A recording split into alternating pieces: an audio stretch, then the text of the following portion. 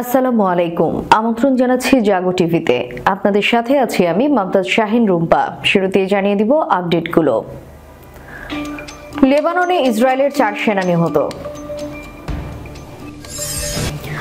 আসাদের পতনে মহাবিপদে ইরান। কঠোর হচ্ছে আরব আমিরাত, এবার ভারতীয়দের ভিসা দেয়া বন্ধ করেছে দুবাই।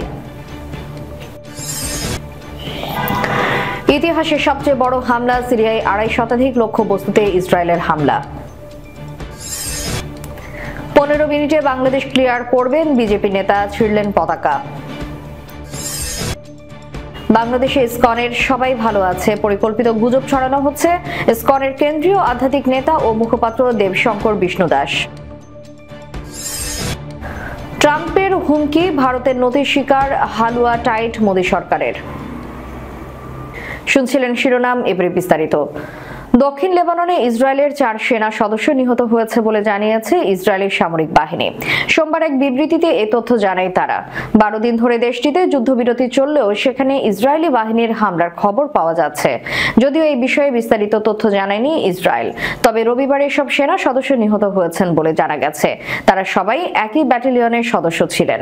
এর আগে ইয়েমেন থেকে ইসরায়েলি ক্ষেপণাস্ত্র হামলা চালানো হয়। ইসরায়েলি সামরিক বাহিনী জানায় ওই ক্ষেপণাস্ত্রটি ইসরায়েলি ভূখণ্ডে প্রবেশের আগে বিমান বাহিনী এটি ধ্বংস করেছে। স্থানীয় সময় শনিবার সকালে ওই হামলা চালানো হয়। সামাজিক মাধ্যমে এক পোস্টে ইসরায়েলি সামরিক বাহিনীর পক্ষ থেকে বলা হয়, নীতি অনুসারে ইসরায়েলে কোনো বিমান হামলার সতর্কতা সাইরেন সক্রিয় হয়নি।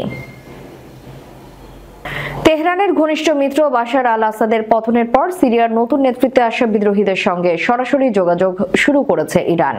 বছরের পর বছর চলে আসা সিরিয়ার সংঘাতে জড়িত সব দেশের মাঝে বৈরী গতিপথ ঠেকানোর প্রচেষ্টা হিসেবে এই যোগাযোগ চালু করা হয়েছে।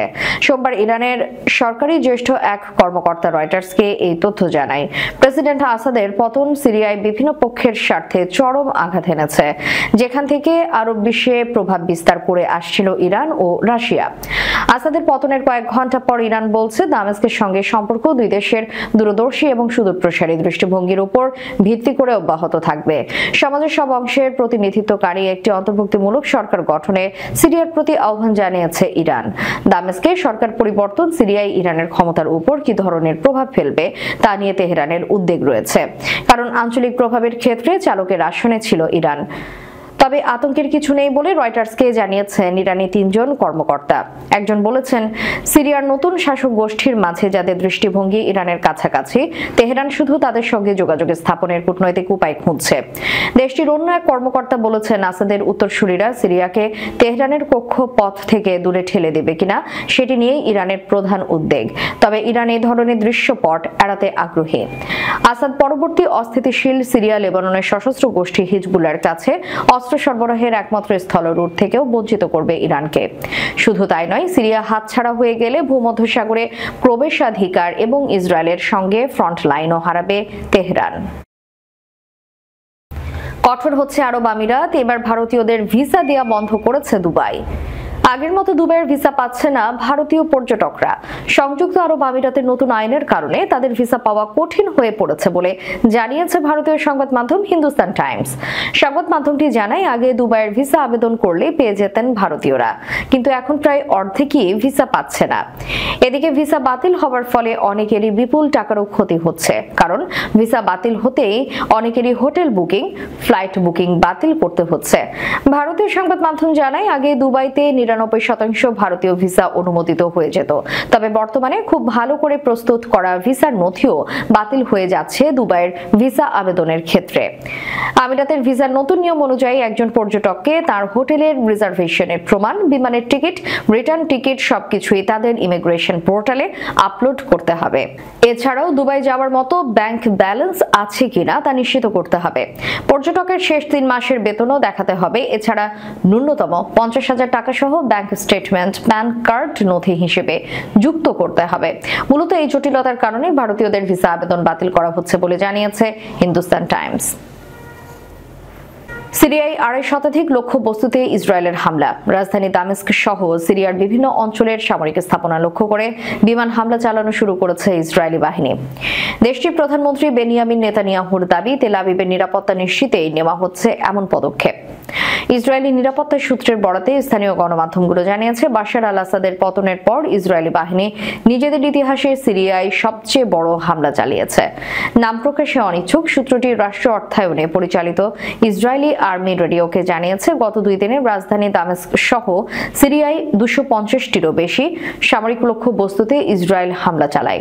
সোমবার সিরিয়ায় ভূমধ্যসাগরীয় লাতাকিয়া বন্দরের কাছে একটি বিমান প্রতিরক্ষা ঘাঁটি লক্ষ্য করে হামলা চালায় তেল আবিব।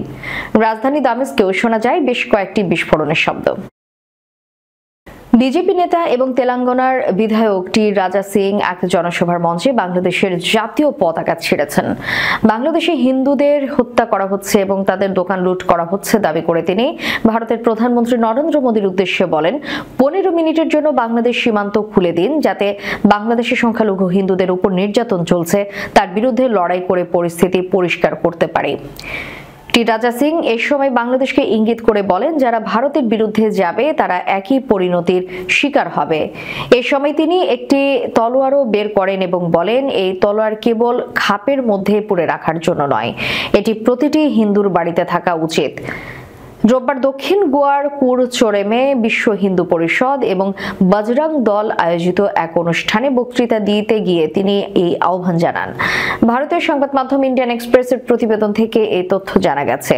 তেলেঙ্গানার হায়দ্রাবাদের গোসামহল কেন্দ্রের বিধায়ক টি রাজা সিং বলেছেন, গোয়ার হিন্দু জনসংখ্যা হ্রাস পাচ্ছে এবং দাবি করেছেন, যেখানে হিন্দু জনসংখ্যা কমেছে সেখানেই হিন্দুদের ধর্মান্তরিত করা হয়েছে। রাজা টি সিং বলেন, আমি এই রাজ্যের গভর্নরের একটি বক্তব্য পড়েছিলাম। তিনি বলেছেন, গোয়ায় মুসলিম জনসংখ্যার শতাংশ অথচ 10-15 বছর আগে 3% ছিল, এখন বেড়ে 12% পৌঁছেছে। এটি এমন একটি বিষয় যা আমাদের বিবেচনা ও চিন্তা করা উচিত। রাজা সিং আরও দাবি করেছেন, আগামী 20-25 বছর যদি হিন্দুরা হামদো হামারে দো নীতি অনুসরণ করে তাহলে তারা পাকিস্তানের হিন্দুদের মতোই পরিস্থিতি এবং নির্যাতনের শিকার হবে। তিনি আরও বলেন, যদি ভারতে মুসলিম জনসংখ্যা বাড়তে থাকে এবং তাদের সাংসদ সংখ্যা 300 হয়ে যায়, তাহলে প্রধানমন্ত্রী কোন সম্প্রদায় থেকে আসবেন তাদের থেকেই হবে, তাই নয় কি? আর যেসব দেশে তাদের প্রধানমন্ত্রী নির্বাচিত হয়েছেন সেখানে হিন্দুদের কি অবস্থা হয়েছে ইতিহাস তার সাক্ষী। রোববার 48 মিনিটের বক্তৃতায় রাজা সিং খ্রিস্টান সম্প্রদায়ের সদস্যদের আহ্বান জানিয়ে বলেন, আমাদের উদ্দেশ্য যোগ দিন এবং লাভ জিহাদের বিরুদ্ধে লড়াই করার জন্য সবাইকে একত্রিত হতে হবে। দ্য উইক ম্যাগাজিন ইন্ডিয়াকে দেওয়া এক সাক্ষাৎকারে দিয়েছেন ইসকনের কেন্দ্রীয় আধ্যাত্মিক নেতা এবং মুখপাত্র দেবশঙ্কর বিষ্ণু দাস। চিন্ময়ের পরিচয় নিয়ে প্রচলিত একটি ধারণার সুস্পষ্ট ব্যাখ্যা দেন দেবশঙ্কর। তিনি জানান, চিন্ময় প্রায় 6 মাস আগে ইসকন থেকে বহিষ্কৃত হন, পরবর্তীতে নিজের সংগঠনের প্রতি মনোযোগী ছিলেন। তাই যে ব্যক্তি একটি শান্তিপ্রিয় ধর্মীয় সংগঠন থেকে বিতাড়িত, তার সম্পর্কে তথ্য প্রচারে ইসকন শব্দটা ব্যবহার না করার দিকেই দৃষ্টিপাত করেন দেবশঙ্কর। এতে 110টি দেশের শান্তির পক্ষে কাজ করা ইসকনের ভাবমূর্তি নষ্ট হচ্ছে বলেও অভিযোগ আনেন তিনি। চট্টগ্রামে চিন্ময়ের পক্ষে এক আইনজীবী লড়াই করার সিদ্ধান্ত নিলে তিনি বাধার মুখে পড়েন। এমন কিছু তথ্য চাউর হয়েছে বলে জিজ্ঞাসা করা হলে দেবশঙ্কর জানান, এটি সঠিক নয়। যারা এই ধরনের তথ্য প্রচার করেছে তারা ভুল বার্তা দিয়েছে। শুধু চিন্ময় না, যে কোনো মানুষ, তা যে ধর্ম বর্ণের হোক, তার আইনের মাধ্যমে সঠিক বিচার পাওয়ার পক্ষে কথা বলেন দেবশঙ্কর। তবে যেহেতু চিন্ময় দাস ইসকনের সদস্য নন, তাই ইসকনের কাছ থেকে তিনি সাহায্য প্রার্থী হতে পারেন না বলেও মনে করেন ধর্মীয় সংগঠনের এই মুখপাত্র। এ সময় বাংলাদেশে ইসকনের যাত্রা ও কর্মকাণ্ডে জোরপূর্বক কোনো শিথিলতা আনা হয়েছে কিনা এমন প্রশ্নের উত্তরে দেবশঙ্কর জানান, এটা হাস্যকর। বাংলাদেশের সরকারের পক্ষ থেকে শুরু করে সেখানকার কেউ এই ক্ষেত্রে কোনো বাধা দেননি। 140টি সেন্টারে তারা আগের মতোই কর্মকাণ্ড চালিয়ে যাচ্ছেন বলে জানান। বাংলাদেশে কথিত সংখ্যালঘু নির্যাতন ইস্যু নিয়ে বৈশ্বিক হিন্দু সম্প্রদায়ের করণীয় সম্পর্কে জানতে চাইলে তিনি বলেন, সামাজিক যোগাযোগ মাধ্যমের বৌদলতে এখন অপতথ্য খুব দ্রুত ছড়ায়। তবে মূলধারার গণমাধ্যমকে খবর বা তথ্য প্রচারে আরো সতর্ক থাকার উপর গুরুত্ব আরোপ করেন ইসকনের এই কেন্দ্রীয় নেতা। এই সময় কিছু মানুষও ইচ্ছে করে গুজব তৈরি করছে বলেও অভিযোগ আনেন তিনি। প্রতিটি দেশের অভ্যন্তরে নিজস্ব আইন আছে উল্লেখ করে দেবশঙ্কর জানান, আমরা নিয়মগুলোর প্রতি শ্রদ্ধাশীল, তাই বৈশ্বিক হিন্দু সম্প্রদায়কে এ বিষয়ে মনে রাখতে হবে অনুরোধ করেন তিনি।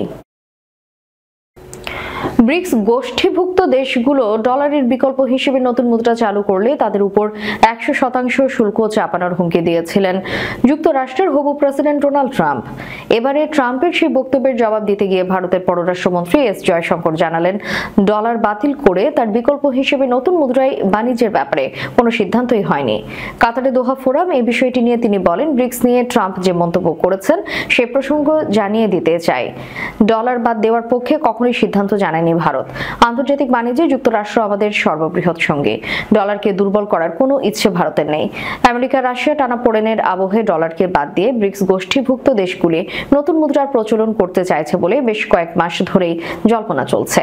এই নিয়ে দিন কয়েক আগে কড়া প্রতিক্রিয়া জানিয়ে ট্রাম্প জানিয়েছেন, আন্তর্জাতিক বাণিজ্যের ক্ষেত্রে ডলার ব্যবহার না করলে ব্রিক্স গোষ্ঠীভুক্ত দেশগুলিকে 100% শুল্ক আরোপ করা হবে। ট্রাম্পের কথায়, ব্রিক্স গোষ্ঠীর দেশগুলি যদি নতুন মুদ্রায় বাণিজ্য শুরু করে তাহলে তারা আমেরিকার বিকল্প খুঁজে নিক, কারণ আমেরিকার দরজা তাদের জন্য বন্ধ হয়ে যাবে। ওই দেশগুলির উপর 100% শুল্কের খাড়া নেমে আসবে। যুক্তরাষ্ট্রের দুর্দান্ত অর্থনীতিতে তারা তাদের পণ্য বিক্রির স্বপ্নকেও বিদায় জানাতে বাধ্য হবেন। এরই পরিপ্রেক্ষিতে দোহা সম্মেলনে জয়শঙ্কর তেমন কোনো নতুন মুদ্রার সম্ভাবনা খারিজ করে দিয়েছে। ট্রাম্পের জামানায় যুক্তরাষ্ট্রের সঙ্গে দ্বিপাক্ষিক সম্পর্ক আরো মজবুত করতে দিল্লি যে সক্রিয় তাও বুঝিয়ে দেন জয়শঙ্কর। তিনি বলেন, প্রথম ট্রাম্প সরকারের সঙ্গে সুসম্পর্ক বজায় রেখেছে ভারত। বাণিজ্য সংক্রান্ত বেশ কিছু সমস্যা দেখা দিলেও সার্বিকভাবে সহায়তার হাত বাড়িয়ে দিয়েছিলেন প্রেসিডেন্ট ট্রাম্প। শেষ করার পূর্বে সংবাদ শিরোনামগুলো জানিয়ে দিব আরো একবার। লেবাননে ইসরায়েলের 4 সেনা নিহত। আসাদের পতনে মহাবিপদে ইরান। কঠোর হচ্ছে আরব আমিরাত, এবার ভারতীয়দের ভিসা দেয়া বন্ধ করেছে দুবাই। ইতিহাসের সবচেয়ে বড় হামলা, সিরিয়ায় 2.5 শতাধিক লক্ষ্যবস্তুতে ইসরায়েলের হামলা। 15 মিনিটে বাংলাদেশ ক্লিয়ার করবেন, বিজেপি নেতা ছিঁড়লেন পতাকা। বাংলাদেশে ইসকনের সবাই ভালো আছে, পরিকল্পিত গুজব ছড়ানো হচ্ছে। ইসকনের কেন্দ্রীয় আধ্যাত্মিক নেতা ও মুখপাত্র দেবশঙ্কর বিষ্ণুদাস। ট্রাম্পের হুমকি, ভারতের নথির শিকার হালুয়া টাইট মোদী সরকারের। এতক্ষণ আমাদের সাথে থাকার জন্য ধন্যবাদ। আল্লাহ হাফেজ।